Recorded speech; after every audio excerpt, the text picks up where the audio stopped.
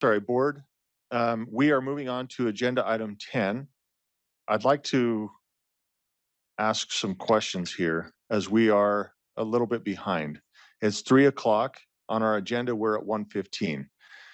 We have some heavy items coming and we have a hard stop at 5:30. I don't know how long we have Utah leading through our ULEAD. That should take 15 minutes. So I want to continue with that on agenda item 10. The consent calendar is scheduled for 45 minutes. I don't know if that will take that long or longer, but I would like to get to executive session and make sure that we take the necessary time during executive session. So are we okay if after you lead, maybe we, do you guys need a break as well? I know we just took 5 minutes, but it was to work. And so I don't know if you guys need to step away for a second and we can kind of figure out the agenda. That's what I'm wondering. So let's continue on with agenda item number 10, and we'll look at the time and where we are. So this is Utah leading through effective, actionable, and dynamic education. And we've got Megan Everett, our Director of Teaching and Learning, who is going to present today.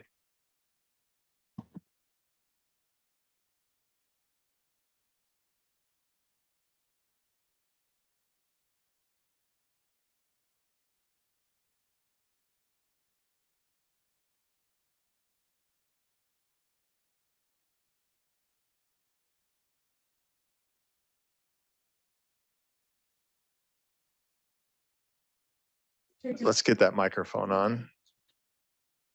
Thank you, Megan. Go ahead. Magically on. Okay, great. Director of Teaching and Learning, to share ULEAD's update for the past quarter. Quickest of reminders, ULEAD looks for those positive outliers, works with higher education to uncover how they got to be the positive outliers, how other schools might scale, adopt, replicate those practices, and share and connect those. So the report we're going to focus on today is effective third grade reading practices. This is from our science of reading expert at Utah State, Dr. Downs. And you might remember he wrote one previously with Washington County School District from K through 3 teachers.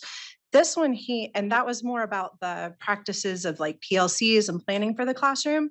In this report, he went to third grade teachers and actually looked at their teaching practices in the middle of the lesson. A little bit of background. Where he's looking at in this word reading skills is he found teachers focused in this area of phonological awareness, decoding, sight reading, and that word recognition strand that leads to connected reading. And also from the background research, it says that word reading accuracy and text reading fluency are 2 really big predictors of the ability to have comprehension. So Dr. Downs pulled his group from third grade oral reading fluency outcomes. He found 4 Title I and 6 non-Title I schools that had some of those outliers in them. And then he was looking for an effect size of each teacher at 2 standard deviations. Oh, it's on mine, but not on yours. 2 standard deviations above the mean. Really interesting to this report is normally ULEAD only looks at outliers, but in this instance, he had some teachers that came up in those schools that were not 2 standard deviations above the mean. And so he was able to see the difference in what outlier teachers were doing versus what some of the non-outlier teachers were doing. So he found 3 big themes. Outlier teachers used decoding and fluency practices. Outlier teachers explicitly prioritized instructional tasks, and then outlier teachers avoided those low leverage practices. So just a little closer look at those. This was a list of decoding practices and fluency practices that he found that were in every one of those outlier teacher classrooms that he visited that aligns with research, letters, a lot of the work that our literacy team is doing. And in the report kind of highlights what each of these might look like. And really interestingly, at a third grade look. I think a lot of times we get the kindergarten and first grade example, and maybe not the second, third, fourth grade example. Theme 2 is about explicitly prioritizing those instructional tasks that ties directly to our literacy framework, where these teachers are tailoring their instruction and interventions, and they're planning ahead so that when they are in the moment in the classroom, they're meeting the needs of each kid. So really clear in those outlier classrooms that was being done. And this is the really interesting part. So in the classrooms that were not outliers, he found that they were doing some of these lower level practices. It's not to say that they're terrible, but they are pretty common. And some of the information around the research as to what these are and how you might make a switch is included in the report. The other thing I wanted to share with you is our innovation and collaboration cohort. This has been going on over the last year and is coming to a close. We looked in the ULEAD legislation at calls to help support innovation and collaboration across the state. So we were like, well, how about we look with some teachers that are at the start of their practice and help them engage in this kind of practitioner inquiry model of reading about best practices and research, putting that into practice and being there with them along the way and documenting what they do. It can be really hard sometimes when you're an outlier to look back at what you did 2, 3, 5 years ago. We focused in on the middle grade mathematics as one of our focus areas this year. 8 LEAs participated, including both traditional public and charter schools. Some of these were from across school sections. In the charter school space, it was interesting because we had 3rd through 8th grade in the same schools, but they don't necessarily always get a chance to talk to each other, being in like 2 different buildings. So we had full day sessions, alternating with 90-minute online sessions to reduce the need of teachers to be out of the classroom. We could do those in the evening and have touch points. Teachers came in and planned, researched. They were provided funds where they could purchase their own reading materials and things and conduct their own book studies with their teams and plan for these effective practices and then check back in on them over the course of the year. We also went to schools and made classroom visits both in the fall and in the spring. And the teachers identified the look-fors from research that they wanted to work on. And then that was what was used in their rubric in the fall and then in the spring. There are a couple of really great quotes. There were tons of them. We could have picked any of them, but I found a new love for math with my research and new things learned. My math class has changed and students love math too. Or after implementing our research in my math classroom, I found that students are more likely to use math vocabulary, ask deeper math questions, are more engaged, and generally try harder to succeed in class. I will also mention that most of the practices that were used, they weren't specific to any one curriculum. They were really, most people chose to work on how teachers were instructing. So how are they asking questions? How are they eliciting student feedback? How are they giving students a chance to solve problems and talk to each other? Was the depth of questions that they were asking. On the 13th, we have a celebration of this learning where all the LEAs are coming in and displaying their work and sharing their posters. And you are very much all invited. Love to see you, Basement West. Such an amazing event space. And then coming up with ULEAD, so we have a high school attendance report that's been ongoing and we're still working in the editing process there. An engagement with technology report that's growing out of some of the reporting in the digital teaching and learning survey in outlier districts or LEAs. Teacher job satisfaction at the Southern Utah University. This researcher has actually been in contact with 300 to 400 teachers through IRB and all approved, but in talking with them.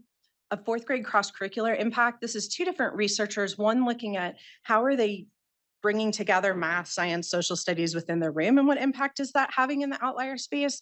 And then the other researcher is looking at the impact of technology engagement in that space. And then 6th grade BYU has still been looking at mathematics visits over the course of the year. And on June 5th, they are bringing together their outlier 1st grade teams from the previous report, 6th grade teams from this report, and inviting across those 5 districts that they interact with, other teacher teams to come in and learn from them, which is a pretty cool outcome. As always, available on the ULEAD website. And that's the update.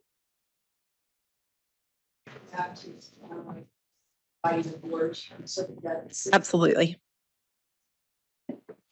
Reiterate that. I do. On the 13th, to believe is a Tuesday, just from 2 to 4 o'clock in the afternoon, will be in Basement West, and those 8 LEAs that have been working over the course of the year on math are going to come in and share a celebration of their learning. They have posters that they've created, kind of highlighting the research that they did, the outcomes that they saw, the changes from the fall to the spring. So they're really excited to share. Thank you. We have a question by Vice Chair Wood.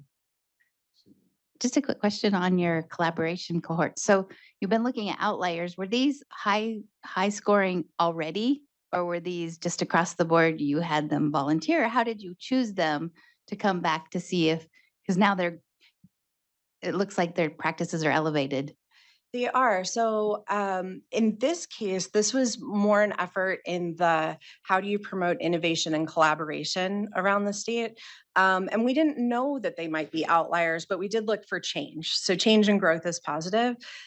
The practice was so in applying, we opened it up. We went to our math groups, our curriculum directors shared the opportunity, and they could choose to apply. We had room to accommodate all that wanted to apply. So that worked really well.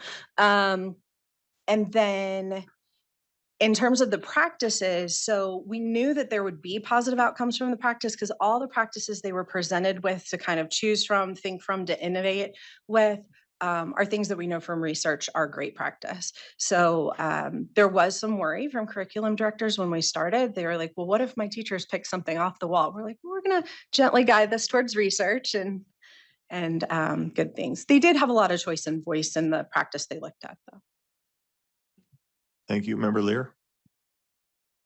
Thank you. I just noticed that there one of your ongoing, I think it's ongoing reports. Yes. Is that and so that's back a few right there. That one of them's about high school attendance, and I'm curious if there's been any or can be now any discussion on with that project with now our audit. Is that something that would that be mutually help? I mean, our audit's finished, but would it be useful for this study to have that audit information? Is that okay to respond to? Oh, I'm sorry. Sorry. Yes, I think that question had been raised before, possibly in Leadership Council, where we discussed the audit, and they were really kind of looking at two different banks of information. So one was, as I understand it, the audit more about what the practices, what the reporting practices are, what's available, how accurate that reporting is and such, with this report being more about what are people doing that they're finding effective and that is having an impact. I do think they are related. But we didn't know that one could necessarily fit in the other, but maybe side by side, they make a good. Well, or I'm thinking the audit, because I think the auditors did a good job of, I think they would pride themselves on not drawing conclusions, but there is some more qualitative information that might be interesting to the people working on that. So I'm just saying, instead of not using that huge amount of work, I hope that at least they'll be aware now that there's this audit with 100%. a lot of information. Yeah, definitely. Thank you, Member Lear. Superintendent Dixon. Thank you, Chair Hymas. I just want to take a moment, just personal privilege, to thank Megan for her great work in ULEAD. I've watched this from the inception, and she has really taken it from where it was and just lifted it and elevated it to a point where those who crafted the initial legislation feel like not only did it meet the confines of the legislation, but really exceeded that, and that we're on the right track. And Megan truly gets all of that credit for doing that. Just the great partnerships that she has built, and authentic research that, to the point, should be informing our charters and our districts to scale up those best practices that we're finding with the outliers. With that, we're also grateful and lucky that Megan agreed to apply and take on the role of director for teaching and learning.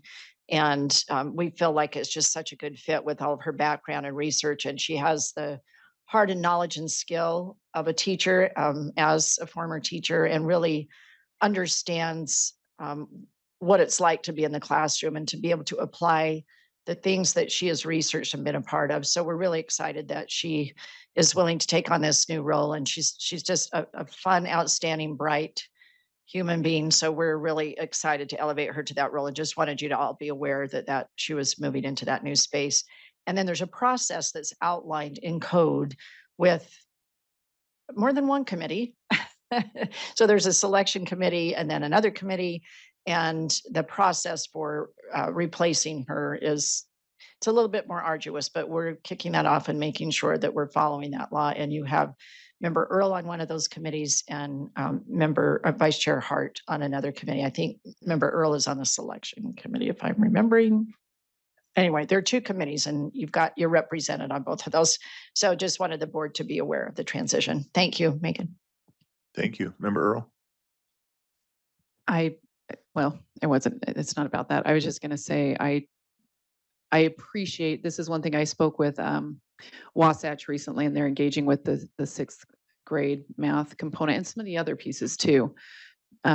Actively engaged in finding where the successes are, wherever they are, right? And then finding what is it they're doing, and heightening that. I think this just adds to the professionalism around the state. This idea that anywhere in the state you could be called out for your high quality education of what you're doing. So just good things going on. I'm glad it got on track. I think it was off track for quite a while when it first got started. And matter of fact, I think it was maybe contra to what we've got going on now. This is just a great direction. And so I thank you for all your efforts in this area. Thank you. Thank you, Megan. Thank you. Appreciate your time.